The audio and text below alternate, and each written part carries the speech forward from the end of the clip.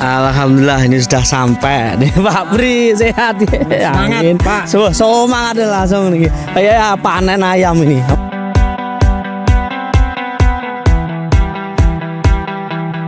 Saya perkenalkan, namanya siapa, Dik? Rahel Tania Anggraini. Rahel Tania Anggraini. Ini baru PKL di tempat kita itu sekitar 1 minggu. Saya ajak-ajak langsung ke lapangan, ya di kantor dikit-dikit. Kita akan membantu adik-adik kita semuanya bisa menerima PKL, mengenali peternakan itu dari awal supaya peternakan itu banyak dikenali dan diminati generasi-generasi baru, tidak terputus di generasi-generasi yang sedang berjalan saat ini.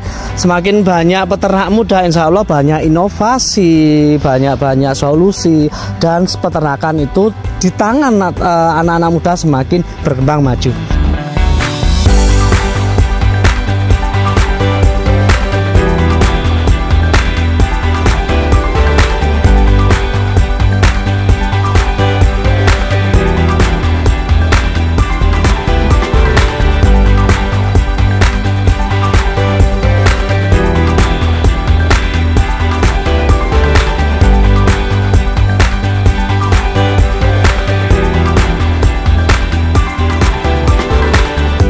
Mas Iwan lagi ngeset kameranya.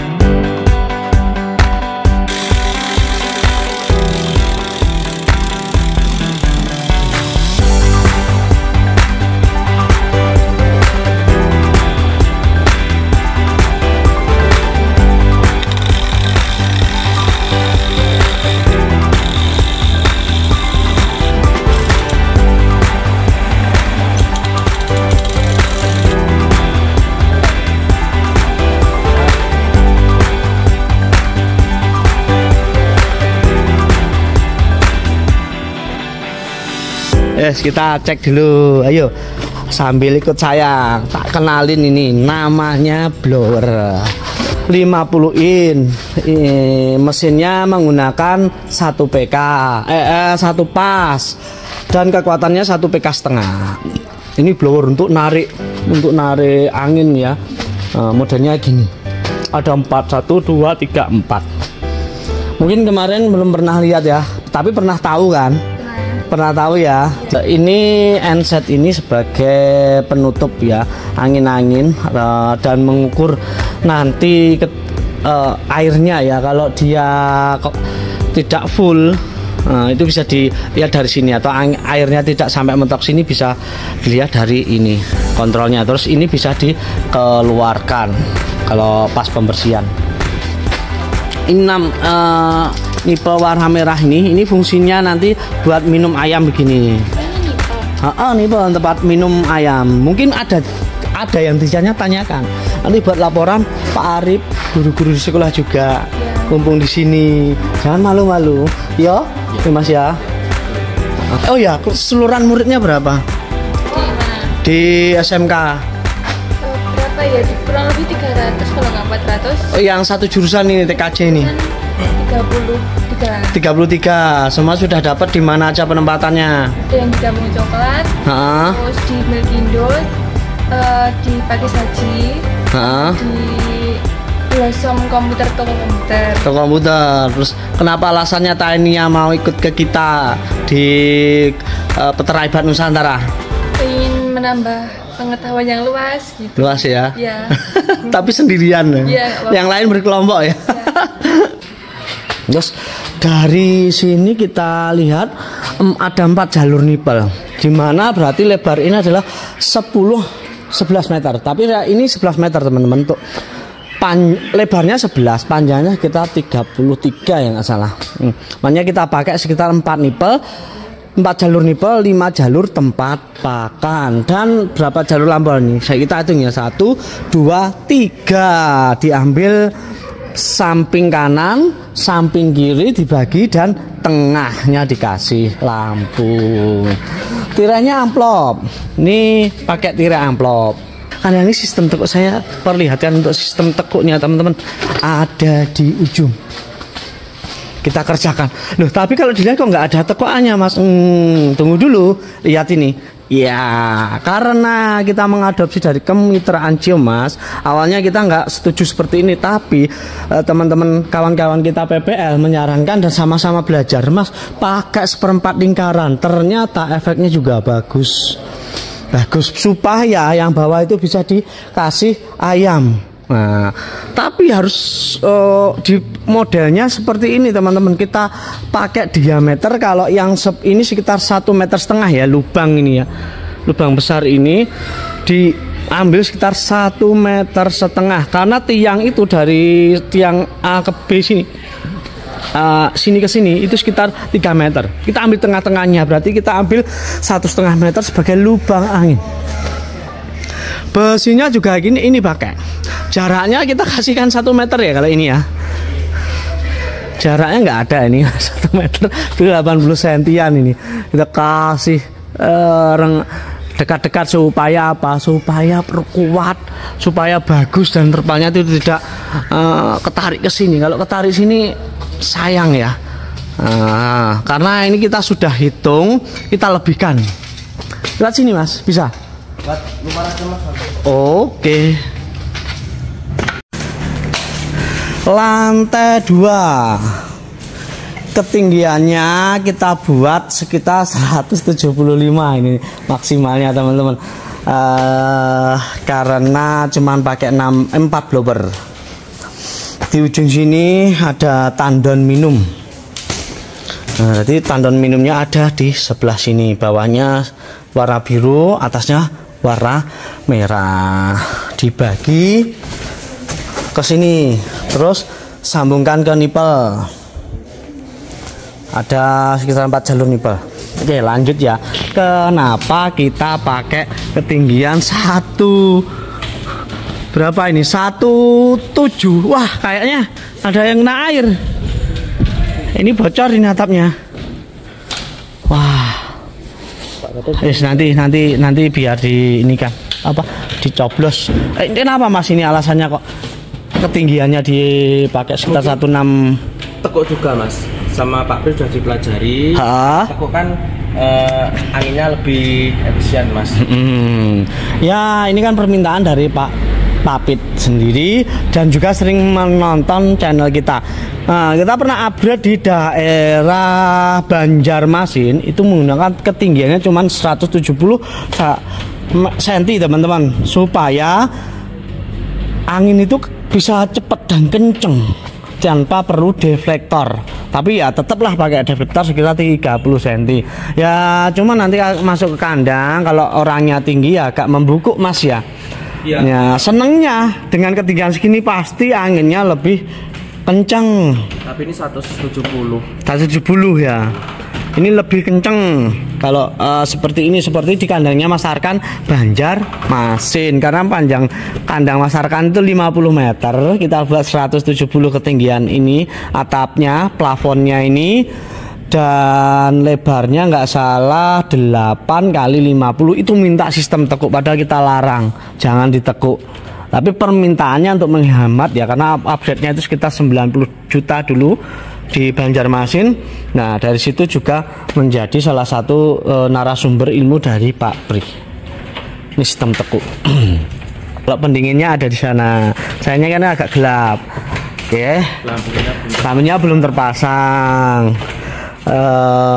Ini dibuat agak miring begini, supaya airnya itu tidak membasahi yang lantai sebelah sini.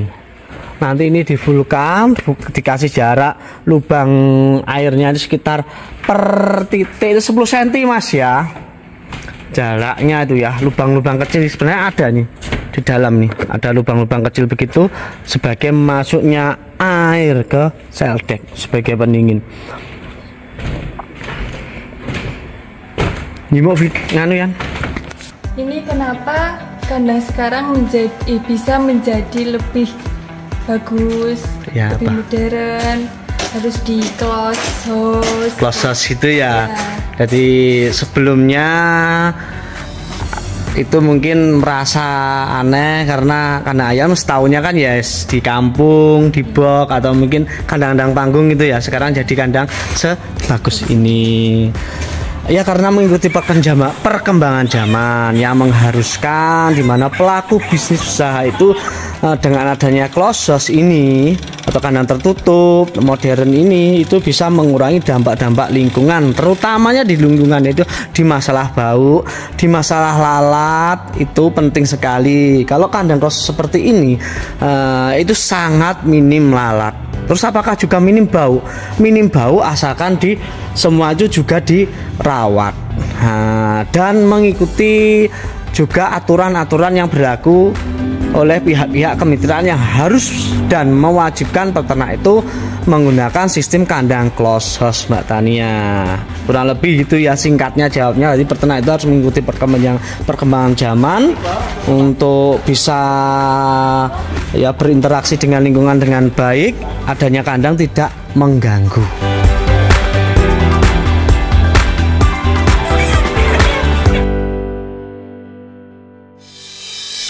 Kita ngevlog hari ini ada peternakan yang mungkin menjadikan adik-adik di sekolah-sekolah menengah itu menjadi tertantang, tertarik dengan peternakan. Usaha-usaha kita alhamdulillah diminati.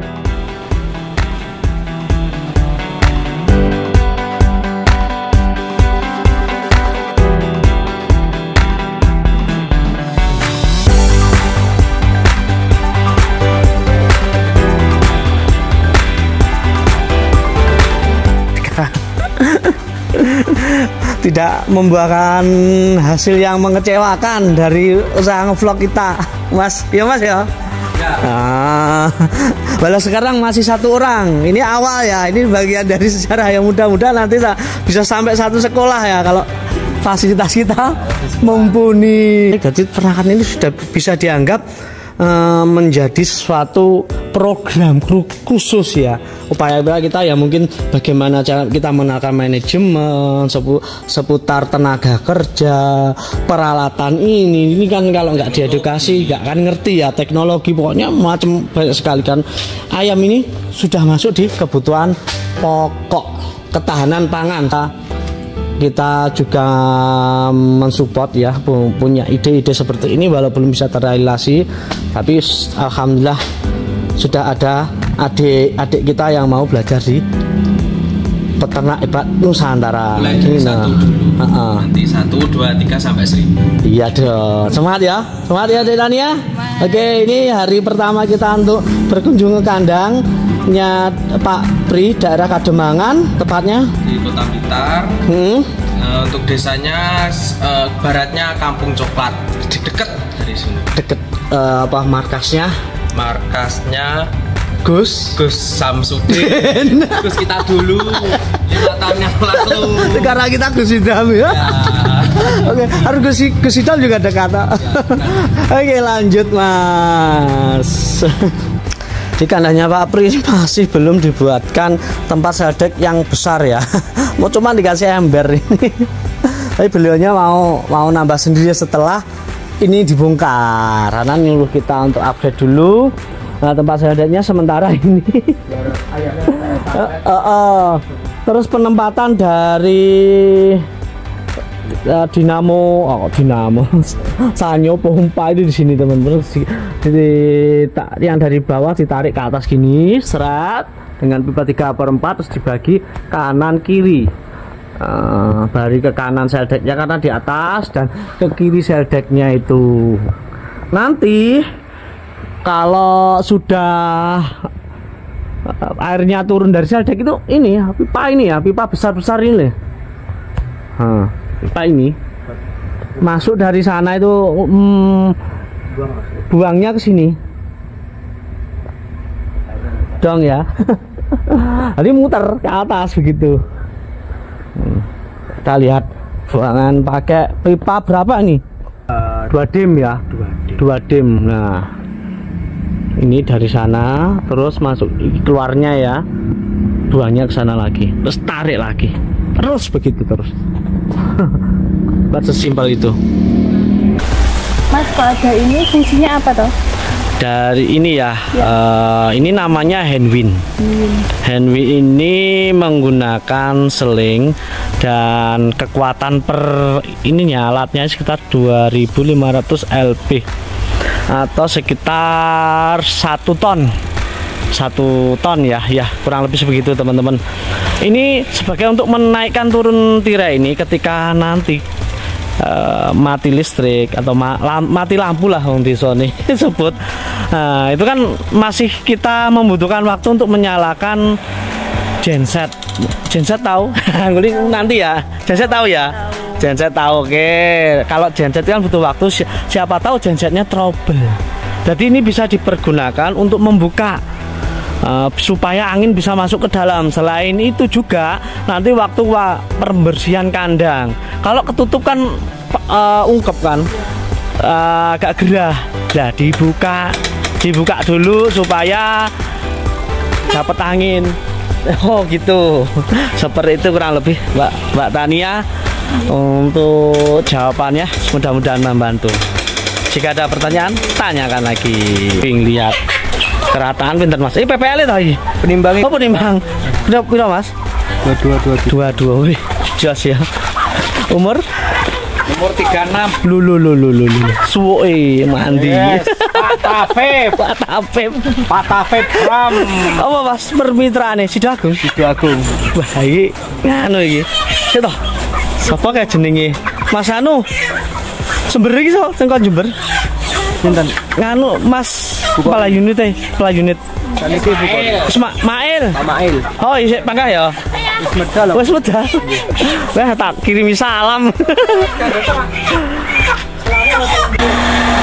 Nah, ini sudah ada beberapa kandang open yang konstruksi begini masih diisi sama PT Sidoagung teman-teman. Jadi di Blitar tuh kandang open masih beberapa tempat yang eksis isi ya.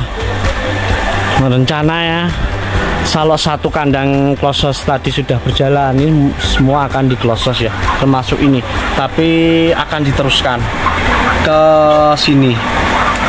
Jadi ini nanti dibongkar kalau sudah kelihatan, mudah-mudahan berhasil gitu ya, dan nanti kita kerjakan juga. Ini dibongkar, kita teruskan sampai sini total duk sana. Ini kurang lebih panjangnya lebih dari 150 ya, sampai ke pojok-pojok bambu sana, pohon bambu. Ini dahulunya juga kandang ayam, tapi sudah roboh, sudah dirobohkan, ditaruh di pojokan, tidak dilanjut ya. Ini juga sudah roboh. Katanya ini dulu kandang yang sudah berjalan sekitar 30 tahun, berarti sebelum saya lahir ini sudah ada. Ini terlihat kok khas banget ini. Nah, bangunannya memang kayak bangunan zaman dahulu. Jadi cuman segini aja teman-teman. Ini sudah berusia lebih dari 20 tahun loh ya. Ini sangat lama sekali. Katanya beliau itu sejak tahun 1900 berapa gitu. Saya lupa kemarin. Nanti tanya ya sama beliau. Ini sejak tahun berapa nanti, dan menginspirasi teman-teman semuanya. Peternakan ini memang sangat bagus ya jangka panjang karena sudah masuk ketahanan pangan. Sambil panen ayam, mumpung bosnya di sini, kita tanya-tanya dulu. Ya, silakan. Saya lihat sampai ke belakang ini Pak Pri. Pak Kandang, Pak Tafib. Pak Tafib. Ya. Kalau Pak Pri itu ibunya ya, Bu. Pak Pri ibunya. Ibu ini loh ibu ya. Bu Pri. Kita salah terus ini ya. Pak Tafib. Ini kandangnya banyak kan Pak. Dari sampai belakang saya hitung sekitar ini 1, 2, 3, 4 ya. Iya. Yang timurnya bukan. Yang sini aja ada total 4 ya. Terus ada lagi yang paling utara Pak. Itu sebenarnya ada bekas kandang kayaknya 5. Iya. Oke. Isolah nanti aja, nanti doakan ini sukses, baru menghubungi Cok Nam lagi. Pasti semangat Cok Nam. Oke, mantap. Ada total seluruhnya ada 5 kandang teman-teman. Saya dengar-dengar sudah lebih dari 20 tahun. Insya Allah. Berapa tahun tepatnya, Pak? Dari 2, ini turun temurun. Dari mbah saya sudah ada ini menurun di anaknya. Jadi anaknya ke cucunya. Dengan ini cucu. Berarti sudah lebih loh kalau 20 tahun. Lebih 30. Dari istri saya masih kecil. Ibu. Ya, lah, Bu Pri ini yang benar. Bu Indra Puspri. Berapa tahun Bu ya tepatnya Bu? 30 tahun? 30 tahun kurang lebih. Wah, luar biasa, mantap ya. Masih dipertahankan loh Bu sampai sini nih. Pasti kalau masih semua pada utuh ini kayaknya seneng sekali ya, apalagi sekarang sudah dibangunkan kandang sebelahnya, walau cuma upgrade tapi sudah sesuai diharapkan. Mudah-mudahan ya apa yang dikerjakan kita. Kalau ada ini Pak Tapip, kalau ada yang misalkan kurang apa, langsung kontak kita. Angkat. Karena kayak saya cek tadi kayaknya ada yang kurang dikit. Betul apa mungkin enten orang sanjang. Sanjang mawon. Insya Allah niki belakang langsung kok tembusin. Kurang lebih ya. 70 meter ya kurang lebih ya. 70 meter. Ya 70 meter atas. Ini kalau tanyanya total keseluruhan kemarin habis berapa, Pak? Untuk renov aja habis 83. Ini upgrade-nya. Ya, upgrade-nya. Sudah sama kayu belum? Belum. Untuk upgrade aja 80. Kayu sama itu? Wah, kurang lebih ya. Sekitar 100, 200. Oke, 200. Pis itu ya, Pak. Pis 200 lebih lah. Nanti kalau Conam bawa tamu boleh ya main ke sini? Boleh, silahkan. Izin dulu ini sama jenengan. Silakan ya Pak. Karena ini kan sistem tekuk daerah sini kayaknya masih jarang. Mudah-mudahan dengan sistem tekuk ini Pak Apip ini bisa maksimal ya. Untuk hasilnya nanti bisa ditularkan ke teman-teman yang lainnya. Ayo teman-teman bisa tak informasikan nanti ke teman-teman yang lain bisa bergabung sama Cok Nam. Amin. Ayo monggo diangkat. Sudah apa belum? Oh ya, ambil Mas.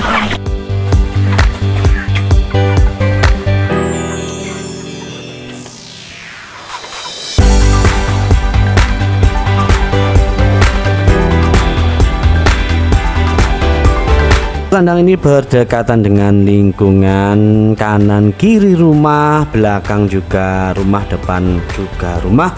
Namun kandang punyanya Bapak Topit, keluarga Ibu Indah Guspri ini sangat diterima di masyarakat, dan daerah sini memang sudah terbiasa adanya kandang ayam. Berarti sejak zaman dahulu kandang-kandang di sini itu sudah berdiri sebelum rumah, dikarenakan umur kandang di sini sekitar 30 tahun. Dan masih banyak lagi bangunan-bangunan kandang ayam di sini, meliputi kandang petelur dan kandang ayam lainnya seperti kandang ayam pedaging di sini. Walau memiliki sejarah yang sangat panjang berdirinya kandang ini sebelum rumah, Bapak Tapit dan sekeluarga ini tidak mau kandangnya itu tidak mengikuti perkembangan zaman supaya tetap selalu diterima di kalangan masyarakat, tidak mengganggu lingkungan, tidak beralat dan tidak bau. Namun semua itu tidak terlepas dari hasil manajemen, tidak serta-merta dengan adanya kandang klosos itu tidak mengganggu. Semuanya tetap kembali ke pribadi masing-masing. Manajemen kandang tersebut tetap jaga keharmonisan di masyarakat dengan adanya kandang ayam, saling berbagi, terus bergotong royong dan nyerap tenaga kerja lingkungan dan bermanfaat dari hasil panennya untuk kegiatan masyarakat.